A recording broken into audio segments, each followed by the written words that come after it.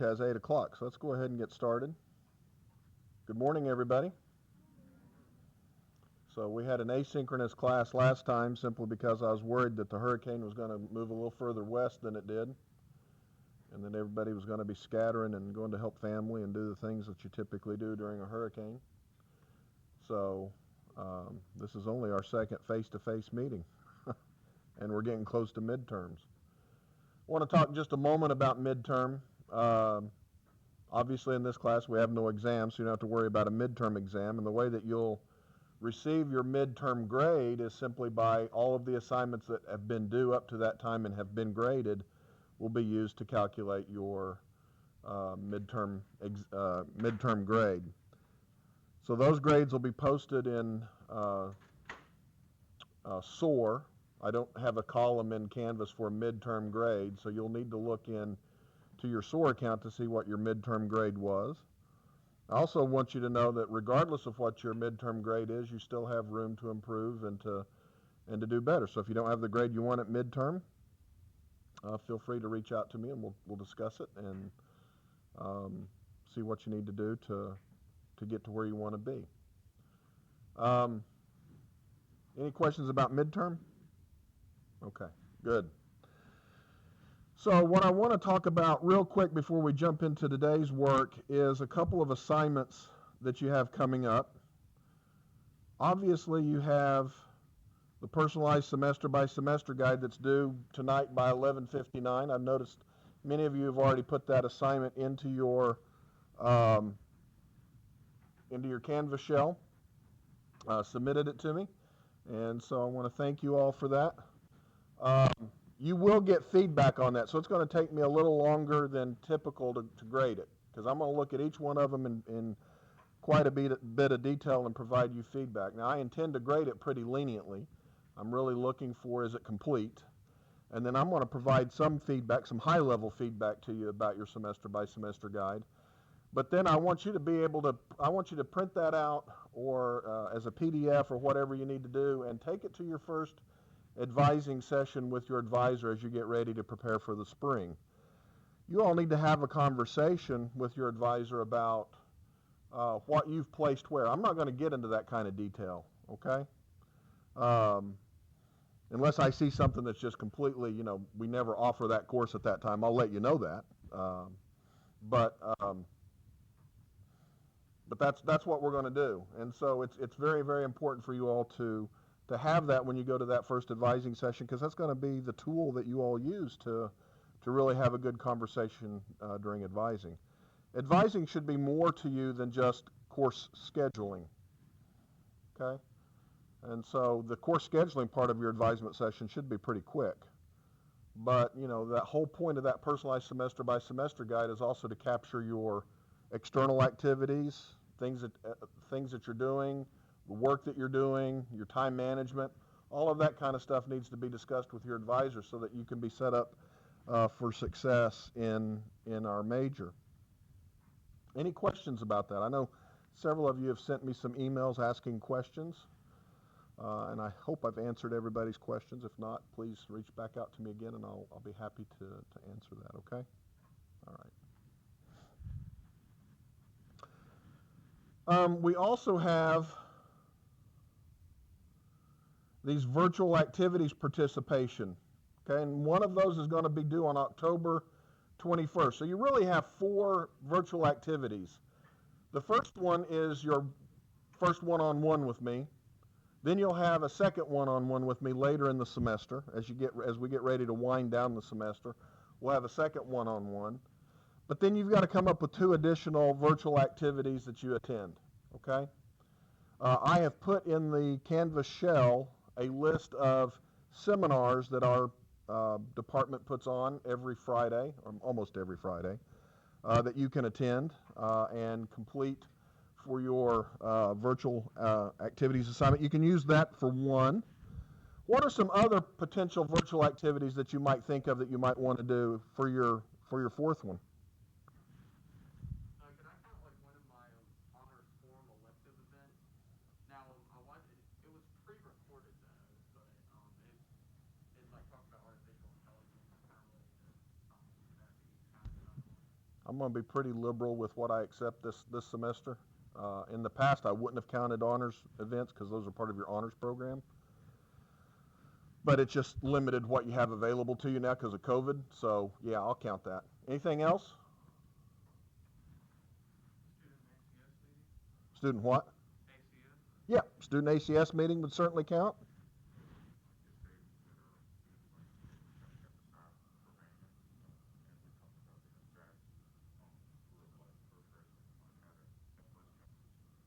Okay, I'll count that. If you go to career, we're going to have a conversation with career services at the last part of this class today. We meant to do that the last time we had a face-to-face, but we had some technical difficulties. I think I've got those fixed. So hopefully we'll be able to do that. If you go to career services and have them look over your curriculum vitae or your resume, or if you go to Miss Paige Jones and talk to her about pathways, internships, I'd count that. So anything with career services I would count. Anything upstairs with study abroad, if you're interested in study abroad and you schedule a meeting with them, I would count that as an event. If you're not sure about what event might count, please reach out to me and just tell me what the event is. And if it's an event that I think would really benefit you as a student in terms of helping you be successful in your career, I will definitely count that type of an event. So we want you to be involved at the university, and that's why we do that. We want you to get connected to different things on campus other than just your coursework, and so that's why we have those events. So you've got your 2 one-on-ones, that's going to count, and then you've got to come up with 2 others. And so the due dates for those, again, are October 21st. So October 21st is when that first virtual activities participation is going to be due. And the second one is going to be due on November the 11th. Okay, so you've got some time, but remember, things aren't scheduled every day, right? So you need to be thinking about that. It's better to knock those out now than later, okay? So just keep that in mind. And when you look at the assignment, you're going to have a couple of questions to answer. You're going to answer each of these regarding the activity. And you're going to just answer it in a text box. So you're going to give me the name of the activity, the date of the activity, how much time the activity took you to complete, what was the main theme of the activity, right? Who sponsored the activity, and what were your main takeaways regarding the activity. The ones that I'm going to really focus on are 4 and 6. So you'll want to write a lot more there than you would anyplace else, right? Obviously, the name of the activity is just the name. Right? And so if it's an activity with a title, you'll use the title of that activity, right? So if it's like one of our Friday seminars, you would give the title of the seminar, okay? If it is you went to career services, you can just say, made an appointment with career services. That can be the title of the activity, okay? Any questions about those? It's the same for both, just different due dates. Yes, sir. Well, the sponsor of the activity, for example, if it was, what Mac just said, would be the Honors College, okay? Or if you attended the Friday seminar, it would be the chemistry program, okay? If it was, what was your activity? You said something about band, right? Kappa Psi. Okay, so that would be would be the sponsor of that meeting. Just so I know not only the title, but where on campus it was being hosted. So that's what I'm looking for there. Any other questions about that? All right. So keep that in mind. Also, we have a CV resume assignment that is due. And we're going to talk about CVs and resumes today. That's kind of the main theme of today's lecture, right? And it's going to be due on September the 30th, which is 1 week from today. You all will not have a huge CV or resume at this point in your life, so it shouldn't take you too long to put together. Okay, but it's very, very important for you all to put together a CV or a resume, and we're going to talk about that in just a moment. But that's your next upcoming big assignment, other than your attendance assignments and your, that's a 100-pointer. It's not like the attendance assignments or the notebook reflections, which are much less than 100 points. So that is coming up as well. Any questions about just the assignment? Okay. Notice it needs to be in Microsoft Word format, and there's a reason for that. Okay. Google Docs is taking over a little bit, and you can write it in Google Docs. You just need to export it as a Word document. But most people expect you in the business world to submit things in Microsoft Office format. Okay, it's kind of universal. And even though it's losing a little market share to things like Google Docs and other things, it's still considered the gold standard. So don't use Pages from Apple, even though it's a perfectly fine word processor. Don't submit it as a Pages document. Okay, I don't care what you write it in, but it just needs to be in a Word document format when you submit it. Okay.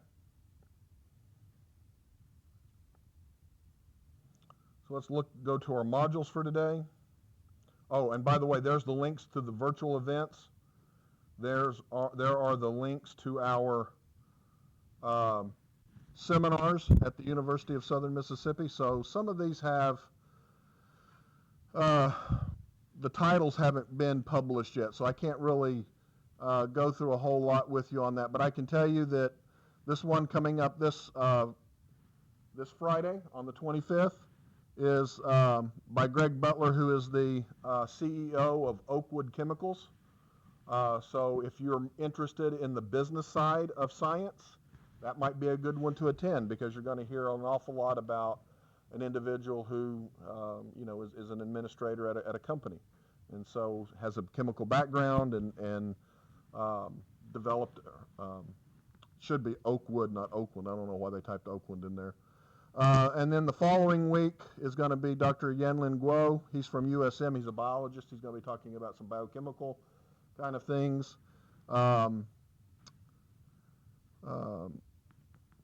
Malia is from Georgia Gwinnett College on the 23rd, and so I'm inviting him, so he'll be talking about some organic chemistry if you're interested in that kind of stuff. So I'm not going to go through all of these, but what you see is you see the name of the individual, where they're from, the date, and all of this is the link into that Microsoft Teams meeting. All you got to do is just right before 1:30 on Friday, just log in to the Microsoft Teams meeting, and you'll be ready to go and listen to the seminar. Okay. Also on the 20th, we have one, although that'll be past the due date for all of our virtual assignments. I would encourage you all to join this one. This is the Undergraduate Symposium. So all undergraduates in our program have to do research to graduate. It's your capstone experience. And you'll be able to log in and hear what your senior colleagues are doing for their research as part of their graduation. So it'd be a good opportunity for you to kind of get a glimpse into what kind of projects undergraduate students do in our program for their graduation requirements. So that's even though it's past our due date for that second virtual activity, I think it'd be a good one for you all to join in on. Any questions about any of those? Okay.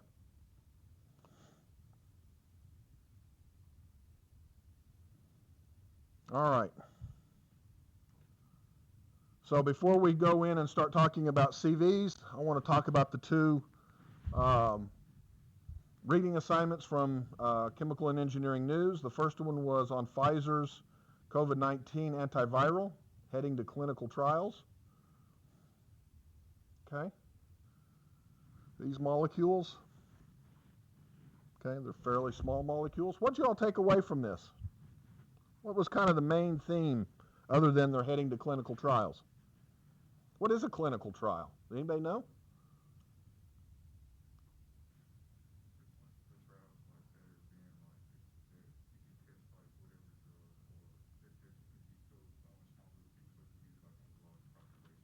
That's right. Yeah, it's where we really go from the laboratory to the human body, right? That clinical trials.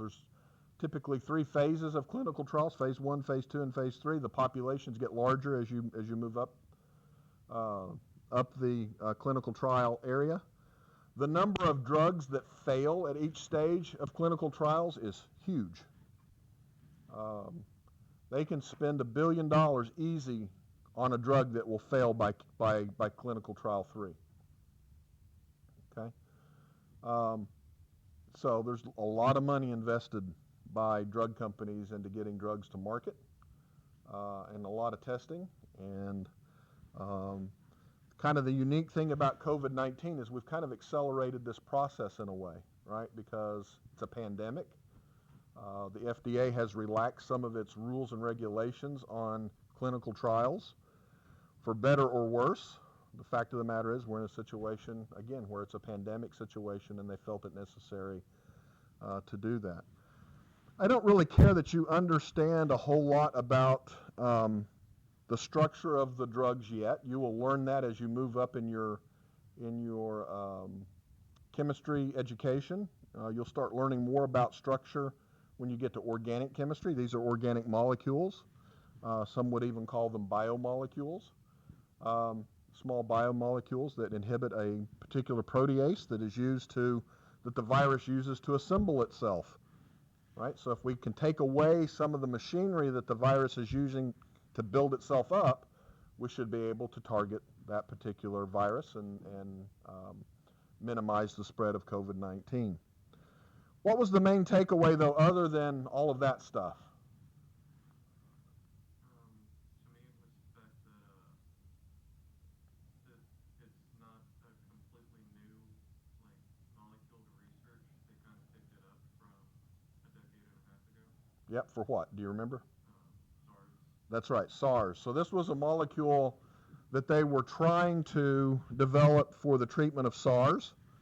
And SARS and COVID are related, right?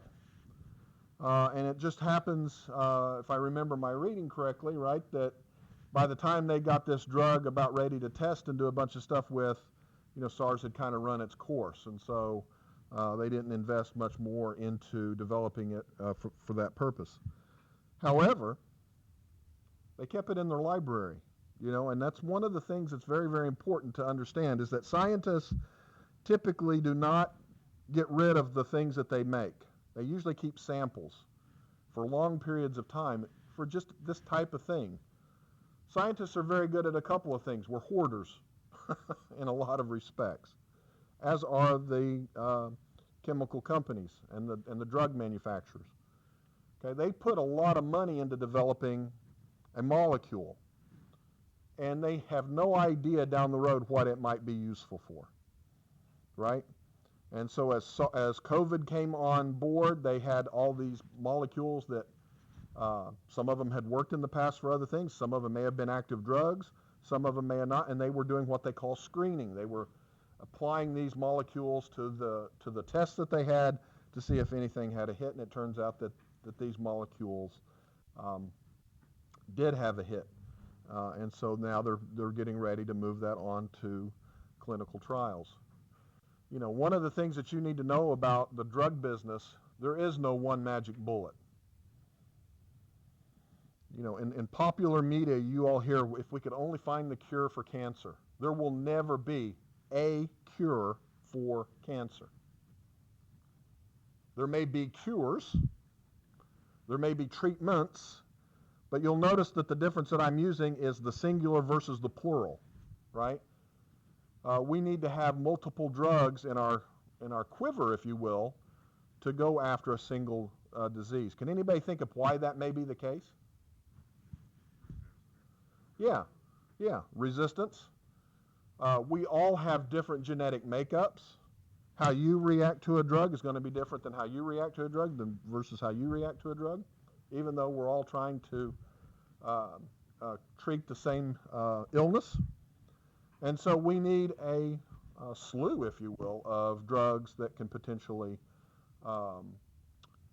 treat a particular area. So anytime you hear, we're looking for a cure for something, that's a little bit of a myth. There never is a such thing, really, right?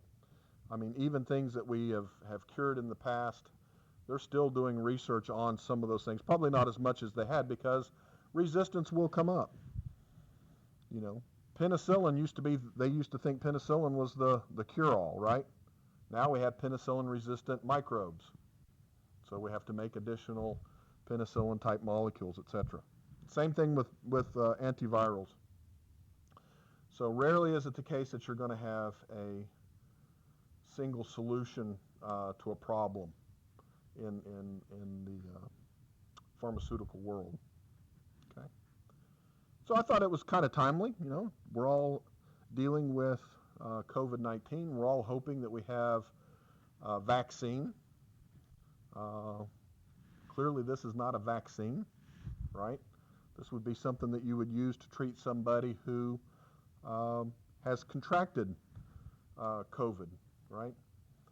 A vaccine, we hope, will be very, very effective, but the reality is COVID viruses mutate and change a lot.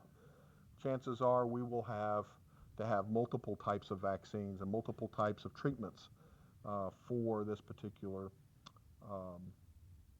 outbreak that we're experiencing right now. We will probably continue to wear face shields and masks for some time to come, as unfortunate as that is.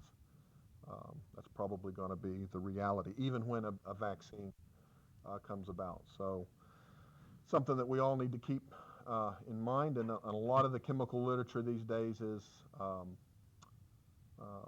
really being dominated by these COVID-19 type studies, drugs, making molecules, that kind of thing. So you can imagine, for those of you who are in biochemistry, this could be something that you might research on. Even as an undergraduate, you may be looking at doing some research on some antivirals. We've got people in our department that look at that kind of thing. If you're interested more in macromolecules or polymer type stuff, you may be doing research on how to deliver a drug that could be COVID-19 better. So there's a variety of ways in which chemical scientists can approach these problems. If you're in organic chemistry, you may be studying a synthetic method to make this type of a drug more efficiently, quicker, cheaper, right? We're always looking for those types of things, and so that's why I thought this was an interesting piece to show you.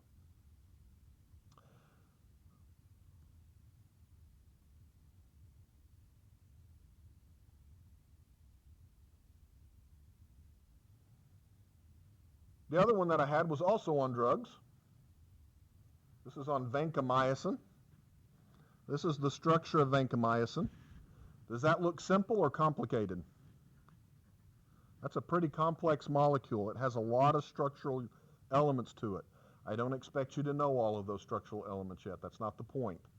What you need to understand is it's complex, and organic chemists have to work to make these complex structures, again, very efficiently, because the cost of drugs, we would like to bring those down. And the more steps there are to making a drug, the more expensive it is. And pharmaceutical companies, if something is over 20 to 25 steps, they usually try to shy away from it. That's a lot of steps. Okay? And some drugs actually have more steps than that, but they usually try to slim it down to where they can get it well under that. So again, vancomycin. What is vancomycin? Is it? No, it's not pain relief. It's an antibiotic, right? It's one of the more powerful antibiotics that we have. It is a World Health Organization essential drug.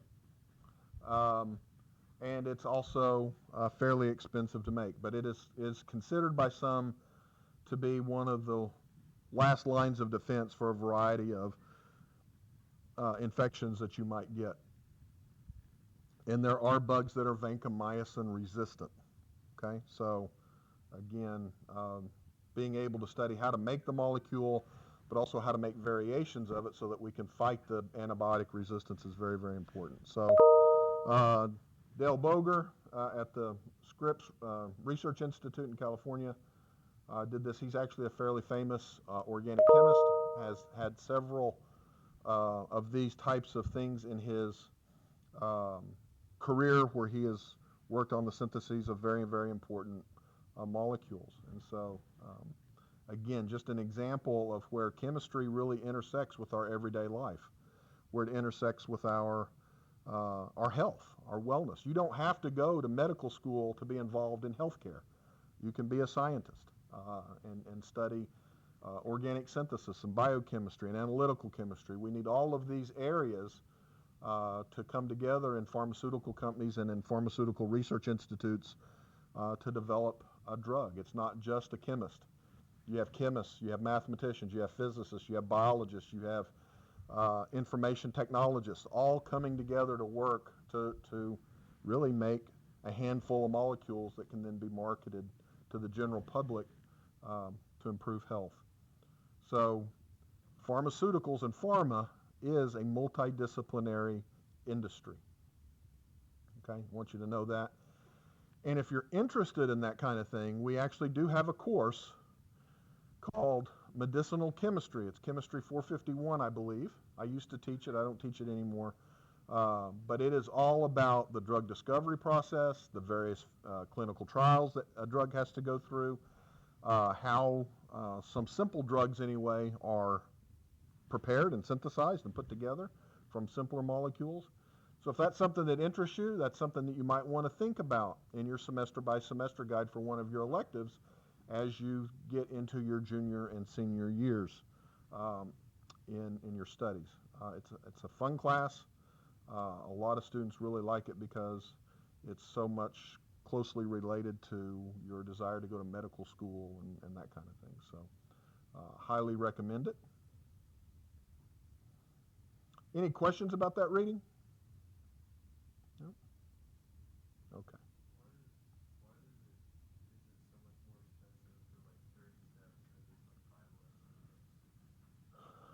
So every time you add a step, number one, you're putting in an awful lot of human effort. You're putting in a lot of chemicals. You're putting in a lot of energy to make that molecule at each step. So it gets more expensive that way. But also, every time you have to do a step, you take a hit in what we call yield. Right? So if you think about a basic reaction of A gets converted to B, if that's 100% yield, then all of A becomes B, right? Most reactions are not that way. A may go to 50% B, and B is what you want. So I took a mole of this, and now I got half a mole of B. So I just lost a bunch of stuff from my starting material, right? And every time you add a step, you typically take losses, which means that if you want to make a kilogram of product or drug, right, you got to have more and more starting material, and that's expensive. So you may literally start with a train car load of a starting material to end up with a few gallons of final product. And in that process in between, there's all kinds of waste that you got to deal with, right? And all kinds of things like that that just add to the cost. Yeah, I mean, and you know, that's a rough number, but 20 to 25 steps is where the pharmaceutical industry starts to think it's not going to be an efficient way or a profitable way to make a drug. So usually the fewer steps that you can do, the better. And so they're always looking for ways to make these molecules more efficiently, you know, and or to have your reactions that give you close to 100% conversion at each reaction step. So there are people that do a lot of research. My group does research on trying to improve conversions of reactions, and it's not easy. I mean, it you know, if you can get 90% yield out of a reaction or 95% yield, you're doing really, really good. Most of the time, you're talking about 60, 70% yield of most of the reactions that we're dealing with. So there's usually a lot of waste that's involved in making drugs. And that's just the way the chemistry currently works. And so we put a lot of effort into trying to minimize that. Okay. So today I had you watch a video on how to write a CV. So I'm not going to go into that too much on how to write one. You all can watch that and follow that. I want you to know, however, that your CV is yours.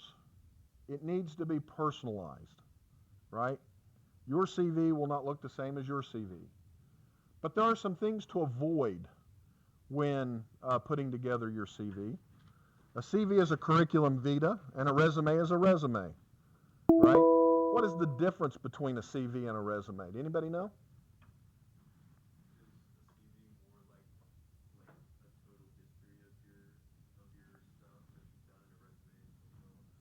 That's right. So I like to think of my CV as my complete body of work. And if somebody asks me for my resume, I'm just going to give them no more than 2 pages of the most important stuff that they may be interested in. In academia, school, right, to professors, the CV is the gold standard. When we do hiring for faculty, we don't want to see their resume, we want to see their CV. We want to see their entire body of work up to that point. However, when you go out and go into the business world, they may ask you only for a resume. They don't want to spend a ton of time going through your entire body of work. They want to see what you think is your most relevant, your most important work.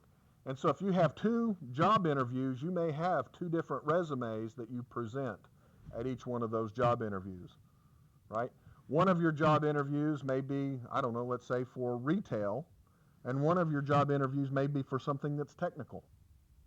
You want to highlight different things in those resumes, right? On one side, you might want to focus on your sales experience. On the other side, you might want to focus on your technical expertise in a laboratory or computing, whatever the case may be. But you will have one CV that you can build multiple resumes from, okay? So, very, very important to think about that. What are some of the things that you learned in the video that you would want to avoid as you put together your CV?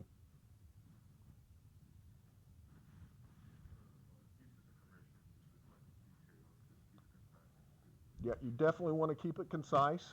I have seen some CVs that are extraordinarily long for people that haven't been in their career very long, and they're just verbose. They just continue to write about themselves. That's usually a signal that you're trying to pad something, okay? So you don't want to overdo it, but you don't want to underdo it. It's kind of a Goldilocks thing, right?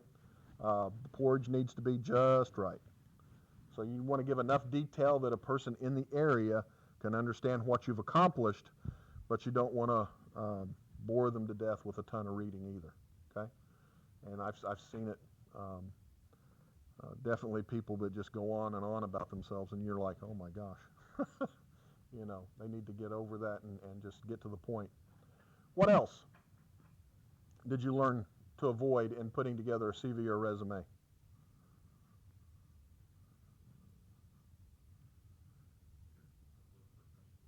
Got to keep the look professional. That's right. That's right. I would say it's better to be a little on the bland side for your CV or your resume. Be a little more conservative. Okay? You don't want to use flashy colors.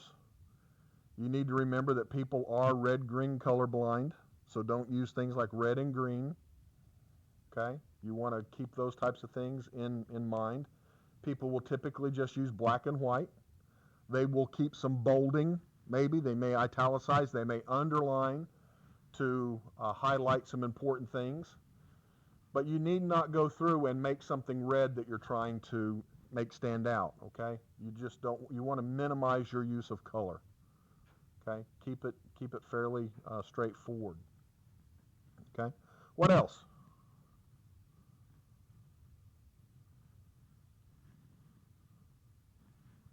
Avoid generalizations like descriptors that could apply to pretty much anyone. Yeah, you want to make it very much so to you, right? So yeah, you don't want to overly generalize. You're trying to sell yourself to whatever individual is looking at your CV or your resume, okay? For sure. Anything else? Why is it important for you all at this point? Why am I asking you to put together a CV or resume right now? I mean, after all, you're in college, right? If you're working, you've got a job that probably didn't require a CV or resume. Why is it important for you to start your CV or resume project right now? Because it's something that you build up as your time in college through your career. That is exactly right. It is something that you are going to build up over time. Many of you have already won awards in high school, in college with scholarships, other types of recognitions. If you wait till the end of your college career, right before you begin to put together your applications for jobs or medical school or whatever the case is, are you going to remember all that stuff? You are not. And you will miss things. And the people who have an up-to-date CV that they've kept track of are going to look better than you on paper. Here's a person that has accomplished all of this. Here's a person that may have accomplished just as much and forgot most of it and didn't include it. Who are you going to give the opportunity to? It is your business card that's detailed, that tells people what you've done, what you've accomplished, and why they should pick you. Okay? Could you need a CV or resume before you graduate? Yeah, you bet. You all will probably decide to apply for something here. Oh, there's a scholarship opportunity. They're going to ask for things that could come off of a CV or resume. They may even explicitly say, send me your CV or resume. Okay?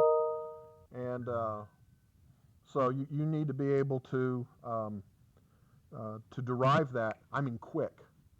If somebody asks you, give me your CV or resume, that is not a question of 3 days from now. They want to see it now. Everybody expects that you can generate a CV or a resume in 30 minutes or less and get it to them. Okay? So if you've applied for something and they get you down to the final, it's between you and 2 other people, and at the end they say, send me your resume, I need it by the end of the day. And you're sitting there having to really work hard to put it together, and somebody else just immediately sends it and it looks really good. Do you think your odds are equal or not unequal?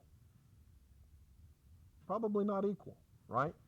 And so it's very, very important that you have a up-to-date CV or resume. How many of you, show of hands, how many of you currently have a resume of some sort? Okay. So this assignment should be fairly straightforward for you. You already have something, right? And that's good. We're gonna hone it a little bit, and we're going to make it perhaps a little more professional. What are some other things that you should avoid on your CV or resume? Your email address type. You all need to use your USM email on your CV or resume right now. Or if you want to use your own personal email, have one that sounds professional. I have seen resumes from students come through with an email address that's awfully cutesy, but not professional. I've seen some of them that talk about their looks, pretty and pink and big hunk and all this kind of stuff at gmail.com. People will not take that kind of stuff seriously. You can have that as your personal email that you email with friends and family, and that's fine. But when you're sending that out to somebody who's going to give you money, they want to know that you're going to represent yourself professionally, right? So, douglas.masterson@usm.edu is professional, right?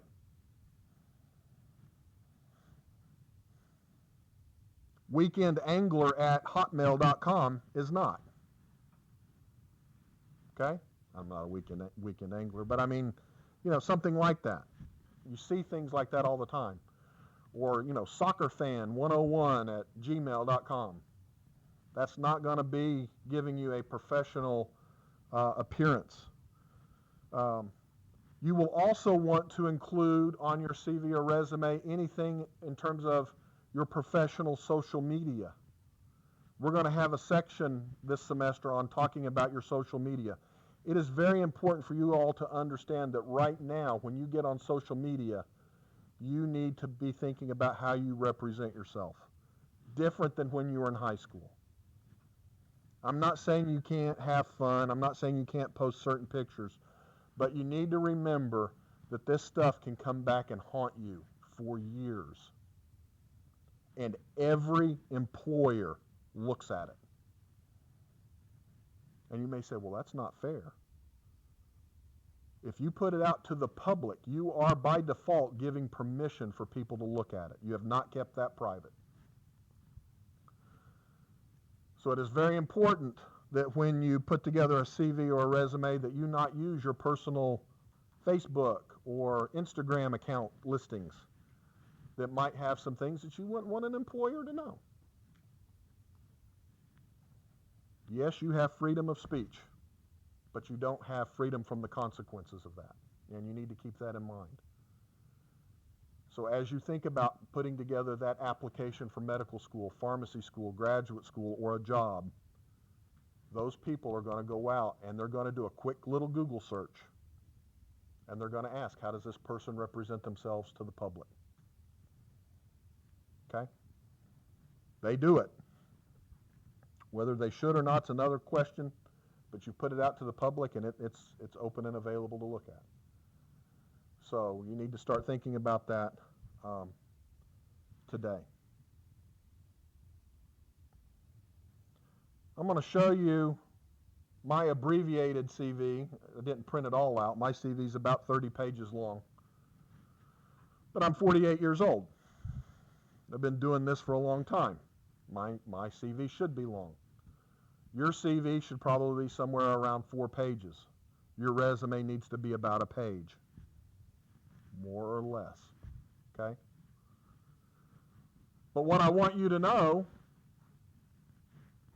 when you look at the CV, it's pretty straightforward and plain. I didn't use a lot of color, nothing terribly flashy, right? Being a faculty member, I have the benefit of actually having a software platform that builds my CV for me called Digital Measures. You all don't have that, and that's okay. So I can keep up with my stuff pretty easily. I just put it in the platform and it builds my CV.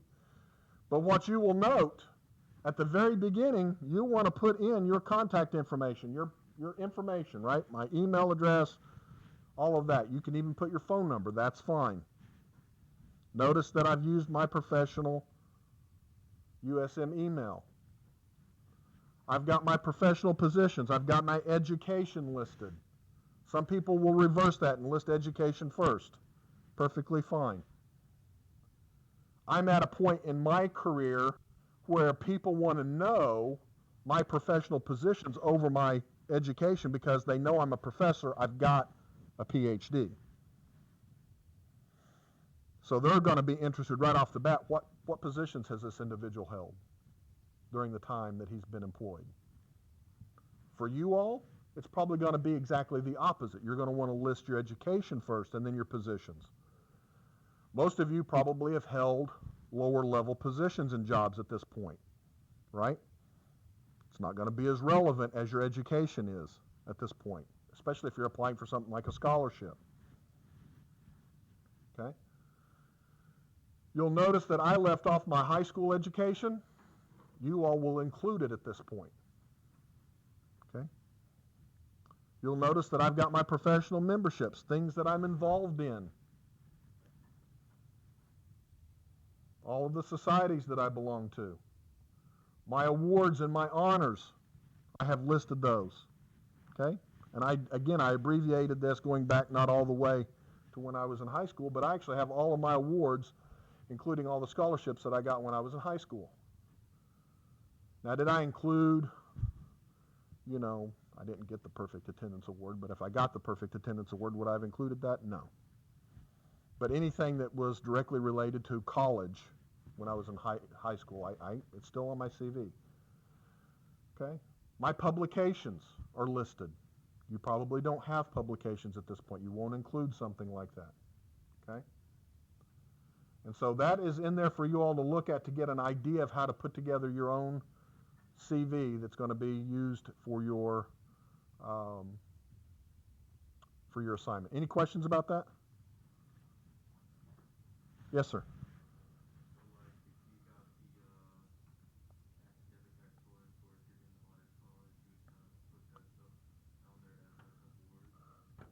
Yep, definitely can. Tell them what you all can do for them at Career Services. Okay, awesome. Thank you so much. Am I too loud?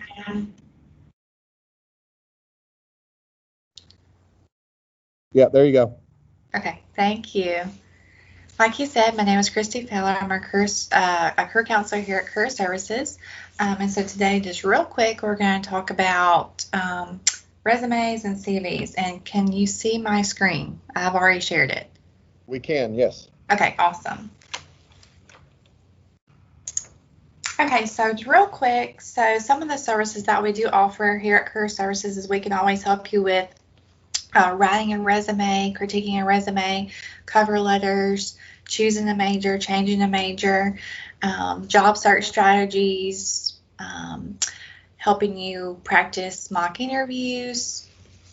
We do have interview preparation, so if you're not sure how to conduct a mock interview, we can just do like a practice interview, practice run to help you with that. And then we are doing a virtual career and internship expo starting next week. And so it's going to be Monday through Thursday, 10 to 4. And it's going to be in our Handshake database system where you have to register in Handshake to attend the event. But you have to register before the event, and then you have to register for actual like individual little sessions with employers. So there's one-on-one meetings with employers, and then there's also group informational sessions. And you can go on our website to see which employers are attending these different days. Now, some employers are attending all 4 days because they want to see all majors. But you definitely want to attend this event if you can as possible, because they're looking for students for full-time jobs and internships. Okay, and that's next Monday through next Thursday, 10 to 4. And we also do virtual interviews with different companies, and so those are already scheduled on our website. Okay, so what's the purpose of a resume? So the purpose of a resume is to get your information in front of the employer, all of your skills, abilities, accomplishments on pretty much a single sheet of paper. You know, and it talks about your education, your related experiences, your skills, your community service or volunteer experiences. And so it's a quick document that can get you to that interview process, okay? And it's typically a 1-page resume.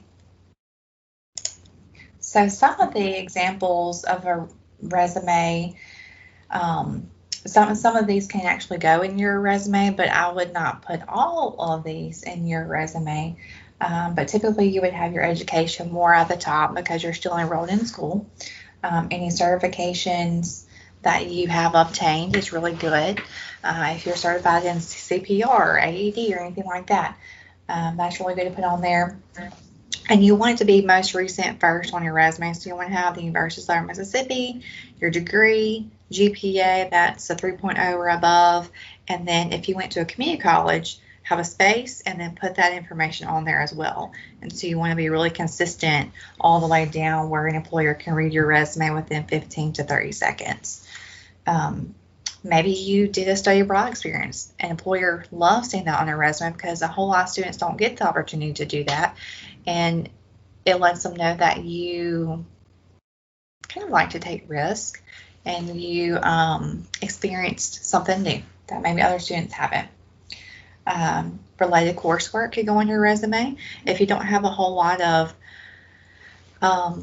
work experience or related experience, this is kind of like a filler for now, but eventually you want to try and take those related courses off and have your related experience, field placement, internship experience, special projects, anything related to your degree on your resume. And like I said, internship experiences or related experiences, those are really important. to put on your resume, and those would be in like bullet point formats where you would incorporate your skills, abilities, accomplishments that you actually achieved and learned through those experiences. And we have some sample resumes in our career guide. You might would have other work experiences that are not related to your degree, but they show that you have transferable skills. You worked, you didn't just sit at home. And so those are all really good examples to put on your resume. Even honors and awards, if you're on the dean's list, president's list, if you received some kind of scholarship, those are all really good to have on your resume as well. And even campus involvement, if you are in different campus organizations, those are really good to put on your resume because it shows teamwork and you're managing your time well.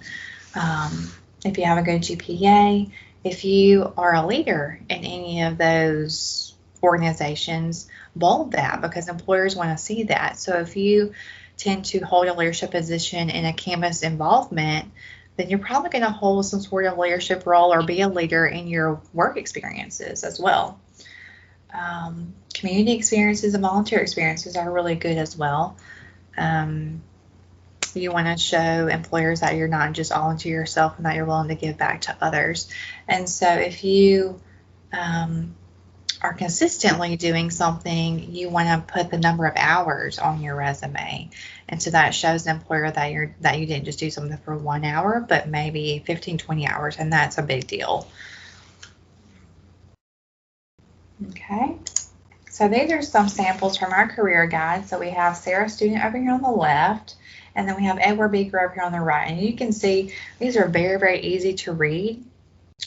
Sarah wanted her headers on the left, and then Edward wanted his headers in the middle. So there's really no wrong way to do your resume. Just don't use a template. They're not good. We don't like them. Employers do not like them. They're hard to use. They're hard to change. So that's why we're here. Try and do your resume in a Word document, and if you need help formatting it, we can definitely help you with that. I can help create a resume in about an hour. So some students will put like a summary of qualification section. So if you have a lot of really good experience or a number of years of experience doing something related to the job that you're applying for, you may have a summary of qualification section. But as you can see, the education section is more so at the top of your resume. You want to bold your degree. And as you can see, we have these related experiences with detailed bullet points as well. And so that lets the employer know what skills, abilities, and accomplishments you have achieved through that experience.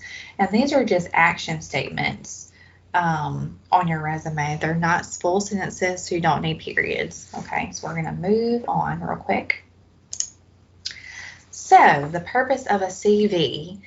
This is a detailed, ongoing list of experiences and accomplishments. And so a CV can be everything that you've ever done, not related to high school or anything like that. And most of your faculty will have a CV. And so when to use a CV? Research or faculty positions in academia, applying for fellowships or grants, obtaining an international position, working in medical or research professions, and then it can be several pages long. Some of your professors may have a 15, 20-page CV. It has all their related experiences, and it's just like a running list. And it emphasizes significant details, okay? And so these are some of the example headers, as you can see, are quite different from just a typical resume that you wouldn't have on your resume right now. So we would have an education section, maybe teaching experiences, probably definitely research experiences if you're at a research institution, grants that you may have been awarded, grants pending, maybe you wrote some grants, any publications, so that would be a running list, research interest, conferences attended, maybe they presented at a conference, that would be another section. Presentations, professional affiliations, committees and advisory boards, languages spoken, honors and awards through their professional development, work experiences, and any community involvement. So you can see these are significantly different from what you would typically have on a resume. And so how can you find a CV examples that are relate to your field of expertise? And so this is where you want to use your faculty. So many of your professors will list their CVs online through departmental websites. And so, Dr. Masterson, do you have a CV that they could possibly look at? I do. I uploaded my CV into their Canvas shell, so they have that as an example. See, very good. Students, go and look at his CV. It's very, very good, I'm sure. And so that would be the difference between resumes and CVs. So that was very, very quick. What questions do y'all have for me? Well, we're getting close to the end of time, and I want to let them out on time so they can make it to their next class. But could you just address to them how they could reach out to you with help? So they've got a CV resume assignment that is due next week. And is there any way that they can reach out to you if they have any questions or want any help or suggestions? Yeah, absolutely. Let me share my screen one more time. So you can go on our website, just usm.edu and Career Services. You can scroll down to schedule a virtual appointment that way if you would like, or you can call our office. But normally right now we're doing this schedule appointment by this link. All right, perfect. Or they can send me an email. And Okay. my email is, I can put it in the chat box, but it's christy.b.fowler@usm.edu. And they can find my name on the website under the About Us tab. Okay, I can share that information with them. Does anybody have a quick question before we let her go? Okay, I'm not seeing any, Christy, but I want to thank you for taking the time to come and talk to us a little bit about CVs and resumes and the services that you can provide for them at Career Services. So I hope a number of our students end up reaching out to you. Yes, absolutely. And y'all be sure to try and come to that virtual career and internship expo because students are getting jobs. All right, sounds good. Thank you very much. All right, y'all have a great day. All right, thank you. You too. All right, bye-bye.